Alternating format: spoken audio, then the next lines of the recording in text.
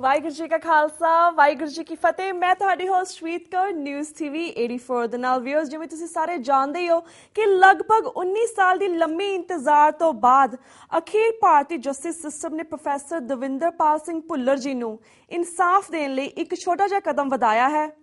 ਬਿਨਾਂ ਕਿਸੇ ਸਬੂਤਕ ਗਵਾਹਾਂ ਦੇ ਟਾਡਾ ਵਰਗੇ ਕਾਲੇ ਕਾਨੂੰਨ ਹੇਠ ਸੈਲਫ ਕਨਫੈਸ਼ਨ ਦੀ ਸਟੇਟਮੈਂਟ ਨੂੰ ਆਧਾਰ ਬਣਾ ਕੇ ਪ੍ਰੋਫੈਸਰ ਭੁੱਲਰ ਜੀ ਦੇ ਸਿਰ ਤੇ ਫਾਂਸੀ ਦਾ ਫੰਦਾ ਲਟਕਾ ਦਿੱਤਾ ਗਿਆ ਸੀ।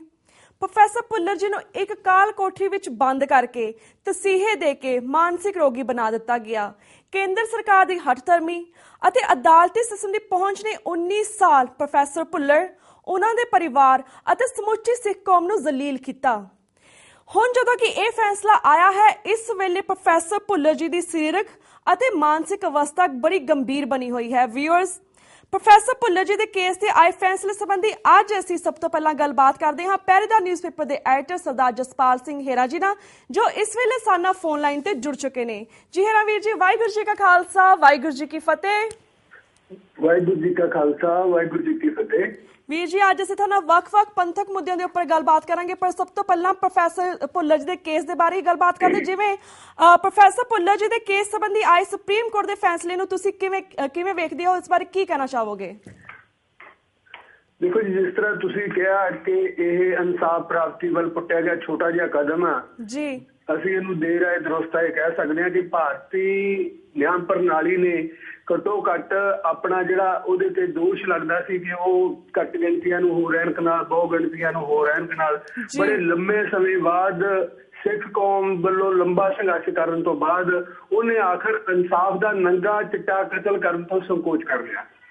ਤੇ ਪ੍ਰੋਫੈਸਰ ਭੁੱਲਰ ਦੇ ਸੰਬੰਧ ਵਿੱਚ, ਕਿਉਂਕਿ ਉਸ ਤੋਂ ਪਹਿਲਾਂ ਜਿਹੜੇ ਸੁਪਰੀਮ ਕੋਰਟ ਨੇ ਫੈਸਲੇ, ਚਾਹੇ ਉਹ ਰਾਜੀਵ ਗਾਂਧੀ ਹੱਤਿਆਕਾਂਡ ਨਾਲ ਸੰਬੰਧ, ਚਾਹੇ ਉਹ ਬਰਪਨ ਨਾਲ ਸੰਬੰਧ ਸਨ, ਕਿਉਂਕਿ ਉਹ ਫੈਸਲੇ ਸੀ ਜਿਹੜੇ ਉਹ ਬਿਲਕੁਲ ਪ੍ਰੋਫੈਸਰ ਭੁੱਲਰ ਦੀ ਜੋ ਬੁਨਿਆਦ ਬਣਦੀ ਸੀ, ਉਹ ਬੁਨਿਆਦ ਸੀ, ਉਹ ਫੈਸਲੇ ਬਣੇ ਤੇ ਆਖਰ ਨੂੰ ਸੁਪਰੀਮ ਕੋਰਟ ਨੇ ਉਹਨਾਂ ਫੈਸਲਿਆਂ ਦੀ ਬੁਨਿਆਦ ਤੇ ਪ੍ਰੋਫੈਸਰ ਭੁੱਲਰ ਦੀ ਜਿਹੜੀ ਫਾਂਸੀ ਸੀ ਉਹਨੂੰ ਉਮਰ ਕੈਦ ਵਿੱਚ ਬਦਲ ਦਿੱਤਾ। ਜਿਸ ਤਰ੍ਹਾਂ ਤੁਸੀਂ ਪਹਿਲਾਂ ਵੀ ਗੱਲ ਕੀਤੀ ਹੈ ਕਿ ਪ੍ਰੋਫੈਸਰ ਭੁੱਲਰ ਨੂੰ ਜਿਹੜੀ ਫਾਂਸੀ ਦੀ ਸਜ਼ਾ ਸੁਣਾਈ ਗਈ ਸੀ, ਉਹ ਇਨਸਾਫ ਦਾ ਨੰਗਾ ਚਿੱਟਾ ਕਤਲ ਸੀ। ਜਿਸ ਵਿਅਕਤੀ ਵਿਰੁੱਧ ਕੋਈ ਸਬੂਤ ਨਹੀਂ, ਜਿਸ ਵਿਅਕਤੀ ਦੇ ਵਿਰੁੱਧ ਕੋਈ ਪੁਖਤਾ ਸਬੂਤ ਨਹੀਂ ਮਿਲਿਆ, ਕੋਈ ਗਵਾਹ ਨਹੀਂ ਮਿਲਿਆ, ਉਸ ਦੇ ਬਾਵਜੂਦ ਉਹਨੂੰ ਫਾਂਸੀ ਦੀ ਸਜ਼ਾ ਦਿੱਤੀ ਗਈ। ਸੋ ਇਹ ਇਨਸਾਫ ਦਾ ਇੱਕ ਨੰਗਾ ਚਿੱਟਾ ਕਤਲ ਸੀ। ਤੇ 19 ਸਾਲ ਪ੍ਰੋਫੈਸਰ ਭੁੱਲਰ ਜਿਨ੍ਹਾਂ ਨੇ ਕਾਲ ਕੋਠੜੀ ਚ ਬਚਾਇਆ ਤੇ ਜਿਨ੍ਹਾਂ ਨੂੰ ਮਾਨਸਿਕ ਤਸੀਹੇ ਦਿੱਤੇ ਗਏ ਤੇ ਅੱਜ ਉਹ ਸਰੀਰਕ ਰੂਪ ਵਿੱਚ, ਮਾਨਸਿਕ ਰੂਪ ਵਿੱਚ ਵੀ ਬਿਮਾਰ ਨੇ। ਸੋ ਉਸ ਬੁਨਿਆਦ ਦੇ ਆਧਾਰ ਤੇ ਸੁਪਰੀਮ ਕੋਰਟ ਨੇ ਇਹ ਇੱਕ ਫੈਸਲਾ ਦਿੱਤਾ। ਪਰੰਤੂ ਕਿਉਂਕਿ ਜਿਸ ਤਰ੍ਹਾਂ ਗੱਲ ਕੀਤੀ ਗਈ ਹੈ ਕਿ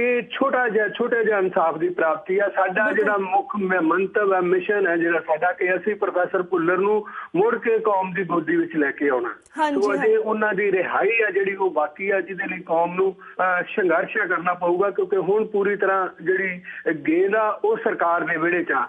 ਕਾਨੂੰਨ ਆ ਜਿਹੜਾ, ਕਾਨੂੰਨ ਦੇ ਜਿਹੜੀਆਂ ਅੜਚਨਾਂ ਸੀ ਉਹ ਤਕਰੀਬਨ ਦੂਰ ਹੋ ਗਈਆਂ ਨੇ ਤੇ ਹੁਣ ਸਿਰਫ ਤੇ ਸਿਰਫ ਸਰਕਾਰ ਹੈ ਜਿਹੜੀ ਉਹਨੇ ਪ੍ਰੋਫੈਸਰ ਭੁੱਲਰ ਨੂੰ, ਜਿਸ ਤਰ੍ਹਾਂ ਅੱਗੇ ਅਸੀਂ ਪਿੱਛੇ ਬੰਦੀ ਸਿੰਘਾਂ ਦੀ ਰਿਹਾਈ ਲਈ ਜਦੋਂ ਸੰਘਰਸ਼ ਕੀਤਾ ਤੇ ਉਹ ਸਾਡੇ ਸਾਹਮਣੇ ਆਈਆਂ ਕਿ ਕੁਝ ਜਿਹੜੀਆਂ ਕਾਨੂੰਨੀ ਅੜਚਨਾਂ ਨੇ, ਕਿਉਂਕਿ ਇਸ ਫੈਸਲੇ ਦੇ ਵਿੱਚ ਇੱਕ ਬਹੁਤ ਵੱਡੀ ਗੱਲ ਹੈ ਜਿਹੜੀ ਧਿਆਨ ਮੰਗਦੀ ਆ ਕਿ ਸੁਪਰੀਮ ਕੋਰਟ ਨੇ ਆਪਣੇ ਫੈਸਲੇ 'ਚ ਪ੍ਰੋਫੈਸਰ ਭੁੱਲਰ ਦੀ ਜਿਹੜੀ ਉਮਰ ਕੈਦ ਆ ਉਹਦੇ ਬਾਰੇ ਕੋਈ ਉਹਨਾਂ ਨੇ ਜਿਹੜਾ ਸਮਾਂ ਉਹ ਨਿਸ਼ਚਿਤ ਨਹੀਂ ਕੀਤਾ।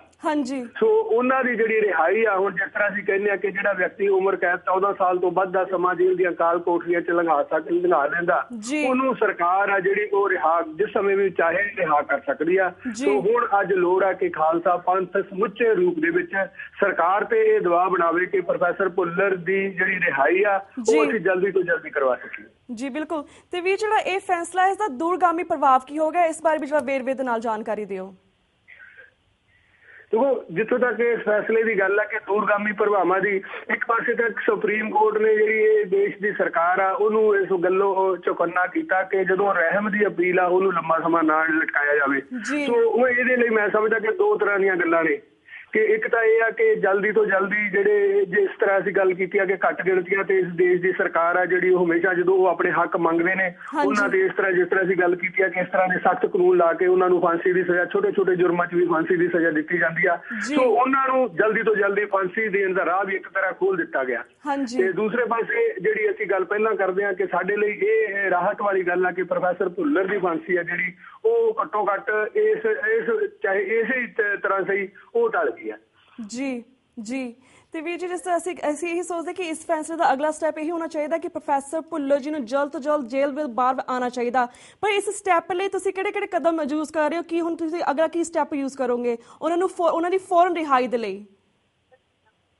ਦੇਖੋ, ਹੁਣ ਤਾਂ ਮੈਂ ਜਿਸ ਤਰ੍ਹਾਂ ਪਹਿਲਾਂ ਗੱਲ ਕੀਤੀ ਹੈ ਕਿ ਸਿਰਫ ਤੇ ਸਿਰਫ ਸਰਕਾਰ ਹੈ ਜਿਹੜੀ ਉਹਦੇ ਵਿਹੜੇ 'ਚ ਗੇਂਦਾ ਕਿ ਸਰਕਾਰ ਉਹਨਾਂ ਦੀ ਪਹਿਲਾਂ, ਜਿਸ ਤਰ੍ਹਾਂ ਅਸੀਂ ਪਿਛਲੇ ਦਿਨਾਂ 'ਚ ਜਿਹੜੀ ਰਿਹਾਈ ਲਈ ਸੰਘਰਸ਼ ਕੀਤਾ, ਕਾਨੂੰਨੀ ਇਹ ਸੀ ਕਿ ਪਹਿਲਾਂ ਸਰਕਾਰ ਆ ਜਿਹੜੀ ਉਹਨਾਂ ਨੂੰ ਪੈਰੋਲ ਤੇ ਰਿਹਾ ਕਰੂਗੀ, ਫਿਰ ਉਸੇ ਹੀ ਪੈਰੋਲ ਨੂੰ ਪੱਕੀ ਪੈਰੋਲ ਵਿੱਚ ਬਦਲ ਦਿੱਤਾ ਜਾਊਗਾ, ਜਿਸ ਤਰ੍ਹਾਂ ਪਿੱਛੇ ਹੋਇਆ ਭਾਈ ਰਣਜੀਤ ਸਿੰਘ ਵੇਲੇ ਹੋਇਆ ਜਾਂ ਜਿਸ ਤਰ੍ਹਾਂ ਹੋਰ ਕੇਸਾਂ ਦੇ ਵਿੱਚ ਹੋਇਆ। ਸੋ ਉਸੇ ਹੀ ਸੇਮ ਪੈਟਰਨ ਤੇ ਇਹ ਸਾਨੂੰ ਸੰਘਰਸ਼ ਕਰਕੇ ਸਰਕਾਰ ਤੇ ਦਬਾਅ ਪਾ ਕੇ ਪ੍ਰੋਫੈਸਰ ਭੁੱਲਰ ਦੀ ਰਿਹਾਈ ਆ ਜਿਹੜੀ ਉਹ ਕਰਵਾਉਣ ਵੱਲ ਤੁਰਨਾ ਪਊਗਾ।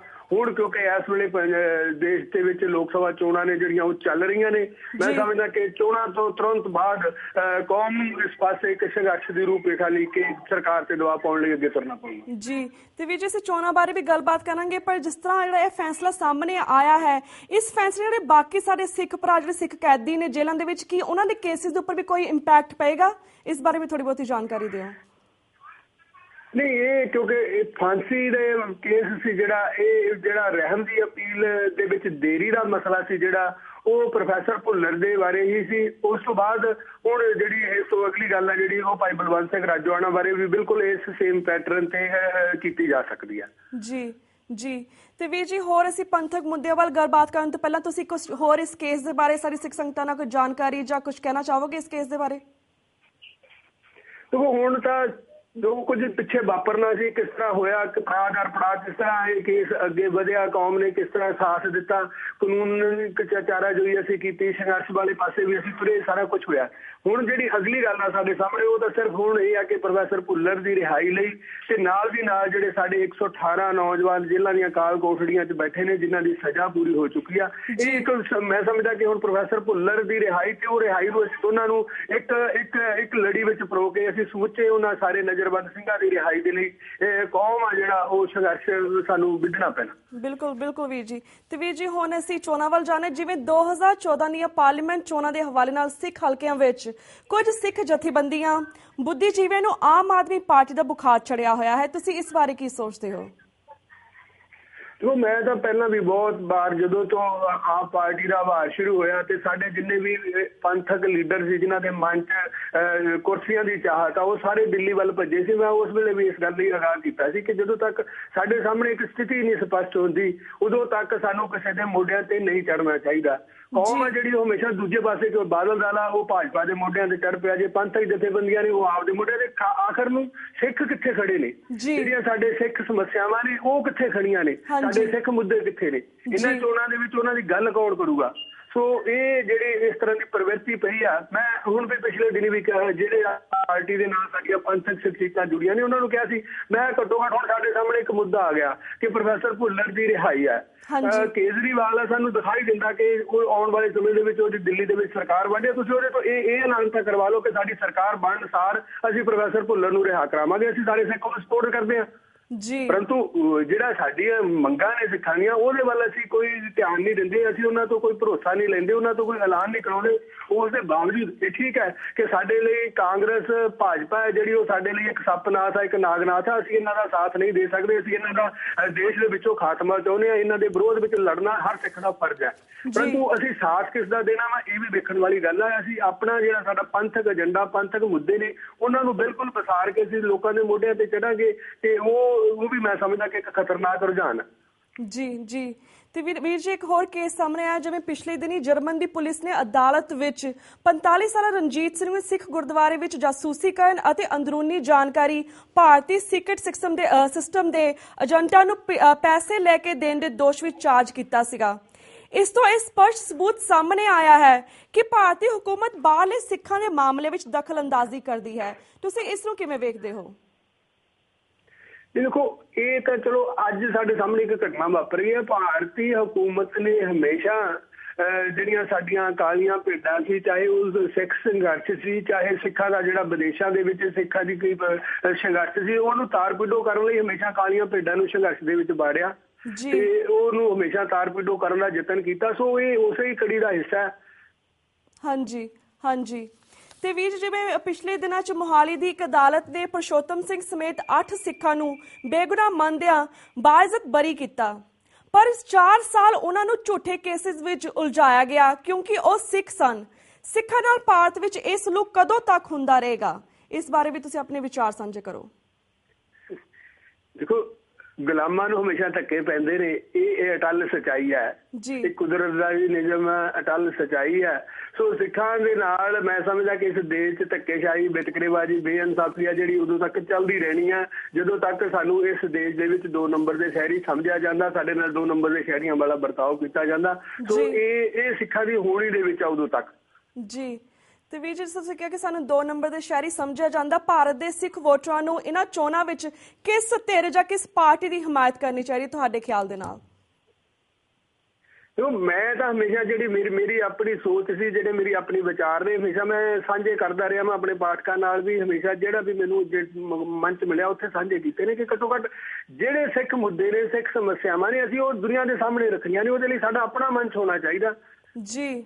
ਤੋ ਜਦੋਂ ਤੱਕ ਸਾਡਾ ਪੰਥਕ ਪਲੇਟਫਾਰਮ ਤੋਂ ਅਸੀਂ ਆਪਣੀ ਆਵਾਜ਼ ਬੁਲੰਦ ਨਹੀਂ ਕਰਦੇ, ਇਸ ਵਿਸ਼ਵ ਦੇ ਵਿੱਚ ਸਾਡੀ ਇੱਕ ਇਸ ਤਰ੍ਹਾਂ ਦੀ ਸਿੱਖ ਜਥੇਬੰਦੀ ਜਿਹਨੂੰ ਪੂਰਾ ਵਿਸ਼ਵ ਮਾਨਤਾ ਦਿੰਦਾ ਹੋਵੇ, ਉਦੋਂ ਤੱਕ ਮੈਂ ਸਮਝਦਾ ਕਿ ਇਹ ਜਿਹੜੀ ਸਾਡੀਆਂ ਸਮੱਸਿਆਵਾਂ ਨੇ ਇਹ ਇਸੇ ਤਰ੍ਹਾਂ ਹੀ ਅਸੀਂ ਇਹਨਾਂ ਸਮੱਸਿਆਵਾਂ ਦੇ ਗੇੜ ਦੇ ਵਿੱਚ ਘੁੰਮਦੇ ਰਵਾਂਗੇ। ਤੇ ਉਹ ਜਿਹੜਾ ਕੁਝ ਸਾਡੇ ਨਾਲ ਇਸ ਦੇਸ਼ 'ਚ ਵਾਪਰ ਰਿਹਾ ਵਾ, ਜਿਹੜਾ ਕੁਝ ਸਾਡੇ ਨਾਲ ਵਿਦੇਸ਼ਾਂ ਵਿੱਚ ਵਾਪਰ ਰਿਹਾ, ਜਦੋਂ ਤੱਕ ਅਸੀਂ ਇੱਕ ਇਸ ਤਰ੍ਹਾਂ ਦੀ ਆਪਣੀ ਸਮੁੱਚੇ ਵਿਸ਼ਵ ਦੇ ਵਿੱਚ ਉਸ ਤਰ੍ਹਾਂ ਦੀ ਸੰਸਥਾ ਪੈਦਾ ਨਹੀਂ ਕਰਦੇ ਜਿਹਨੂੰ ਸਮੁੱਚਾ ਵਿਸ਼ਵ ਮਾਨਤਾ ਦੇਵੇ, ਜਿਹਨੂੰ ਸਿੱਖ ਆਵਾਜ਼ ਮੰਨਿਆ ਜਾਵੇ, ਸੋ ਉਦੋਂ ਤੱਕ ਮੈਂ ਸਮਝਦਾ ਕਿ ਇਹ ਸਾਰਾ ਕੁਝ ਜਿਸ ਤਰ੍ਹਾਂ ਅੱਜ ਚੱਲਦਾ ਵਾ ਇਹ ਚੱਲਦਾ ਰਹੂਗਾ ਜੀ। ਬਿਲਕੁਲ ਬਿਲਕੁਲ ਵੀਰ ਜੀ।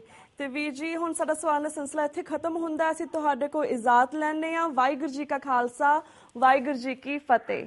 ਵਾਹਿਗੁਰੂ ਜੀ ਕਾ ਖਾਲਸਾ, ਵਾਹਿਗੁਰੂ ਜੀ ਕੀ ਫਤਿਹ।